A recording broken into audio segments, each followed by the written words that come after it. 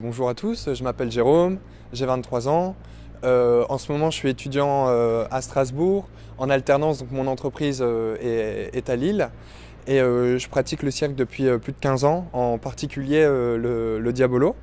Donc maintenant, j'ai un numéro qui a à peu près 5 ans qui s'appelle le Diabolo. Le Diabolo, c'est rigolo, que je joue régulièrement. Et ce numéro, en fait, j'ai remporté les championnats du monde de performance artistique à Los Angeles dans la catégorie variété. J'ai eu la médaille d'or il y a maintenant un peu plus d'un an en présentant ce numéro. C'est ma mère qui m'a inscrit quand j'avais 7 ans dans une association de cirque de quartier. Et très vite, je me suis passionné pour la jonglerie, j'ai trouvé ça super chouette. Donc on avait un atelier libre et à chaque fois j'esquivais les acrobaties, tout ça, ça me passionnait pas trop. Et j'allais faire de la jonglerie. Et vers 9-10 ans, en fait, je me souviens qu'il y a un diaboliste, c'était Oscarito, bonjour, parce qu'on se connaît encore forcément, qui est arrivé et qui à l'époque a fait une figure qui me semblait vraiment incroyable. Et c'est à partir de là, du coup, j'ai commencé à vraiment m'entraîner ardemment au Diabolo, si on peut dire. Au bout d'un certain niveau, en fait, tu as vraiment l'impression, comment dire, que c'est un peu un sixième sens, entre guillemets. C'est que tu es tellement à l'aise avec l'objet, c'est c'est vraiment de l'ordre du réflexe, quoi. C'est l'objet, alors il y a plein de choses, encore de pistes à explorer, c'est sans limite, comme toute discipline, j'imagine. Mais ouais, tu as cette impression de légèreté, donc voilà, t'es très à l'aise avec ton corps, en fait. Ça m'apportait pas mal de choses, en fait, notamment la gestion du stress, savoir s'exprimer en public. Puis c'est vrai que dans mon école, je suis énormément soutenu. Mon école m'a fait un aménagement du temps, un aménagement de mon emploi du temps, donc pour gérer ma passion, notamment l'année pour préparer ce concours à Los Angeles. Donc j'ai pu gérer mes cours. Donc j'ai rencontré aussi plein de gens via les associations étudiantes de l'école.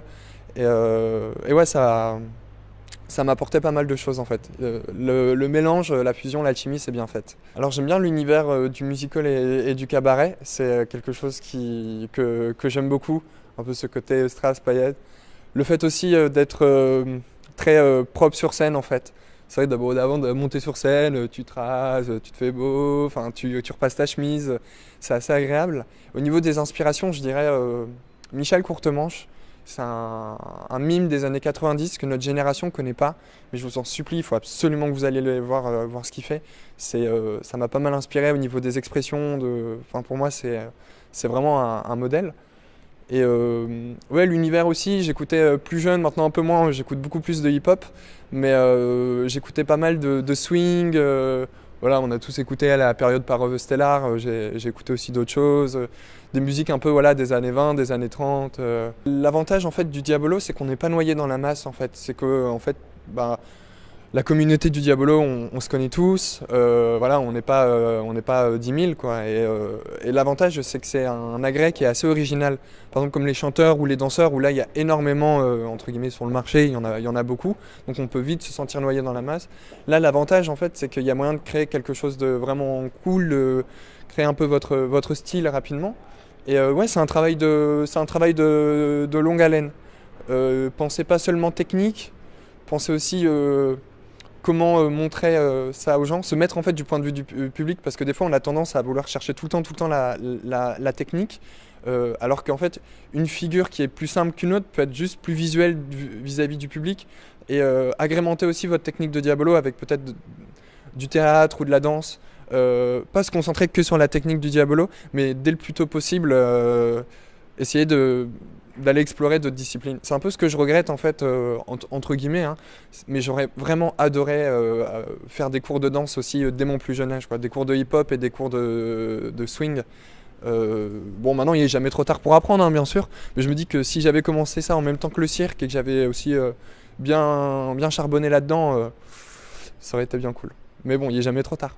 Je voudrais remercier ma famille qui m'a poussé à poursuivre les études.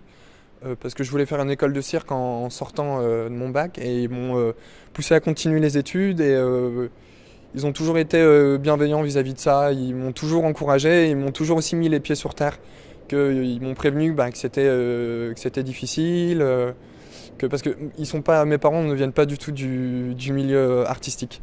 Et c'est assez intéressant parce que ma petite sœur, par contre, se lance dans le théâtre. Donc là, elle a rejoint une école de théâtre à Paris. Elle a un très très bon niveau en danse, donc alors que nos parents ne sont pas de ce milieu-là. Donc ma famille, mes amis, en fait, j'ai un groupe d'amis à Lille qui me soutiennent, mais à fond. Là, en ce moment, sur mes réseaux sociaux, sur Instagram, on a été prendre plein de photos. Ils sont à fond dedans, ils m'accompagnent tout le temps. Ils se prennent au jeu. Ils savent à quel point c'est important pour moi. Et ils sont vraiment toujours là. Là, par exemple, aujourd'hui, juste après, on va aller filmer avec un copain voilà, des choses et ils sont très motivants. Et aussi, mon école, je pense, l'EM Strasbourg. J'ai eu l'occasion, beaucoup de bienveillance là-bas, en fait. C'est vrai qu'au début, juste avant de préparer mon championnat, il y a un an, j'ai lancé ma page Facebook. J'ai un peu sorti la tête de l'eau, savoir communiquer aussi en tant qu'artiste sur ce qu'on fait. Et j'étais un peu stressé de se mettre en avant comme ça. C'est pas forcément toujours évident de se vendre. Et les gens ont été très bienveillants. J'ai vraiment, au sein de l'école, été super bien accueilli. Dès que maintenant, quand je reviens à Strasbourg, les gens me demandent: ah alors, t'en es où? Patati patata. Enfin, ils s'intéressent beaucoup. Et même l'administration a fait en sorte que je puisse gérer un peu tout ça en même temps. J'ai un gros défaut, c'est que je m'étale en fait sur beaucoup de projets. Et on peut pas tout faire en même temps. C'est-à-dire que cette année, du coup, j'ai mon double diplôme à valider avec mon mémoire. J'ai mon entreprise à Lille, plus le Diabolo. Et il faut pas que je m'étale, et chaque chose en son temps. À la fin de cette année, à la fin de l'année, j'aurai mon diplôme en poche. Et j'aurai toutes les cartes en main pour faire ce que je veux, entre guillemets, après. Donc voilà, parce que je sais que ça m'est déjà arrivé de m'étaler. Et du coup, j'ai pas fait un burn-out, mais c'était un peu...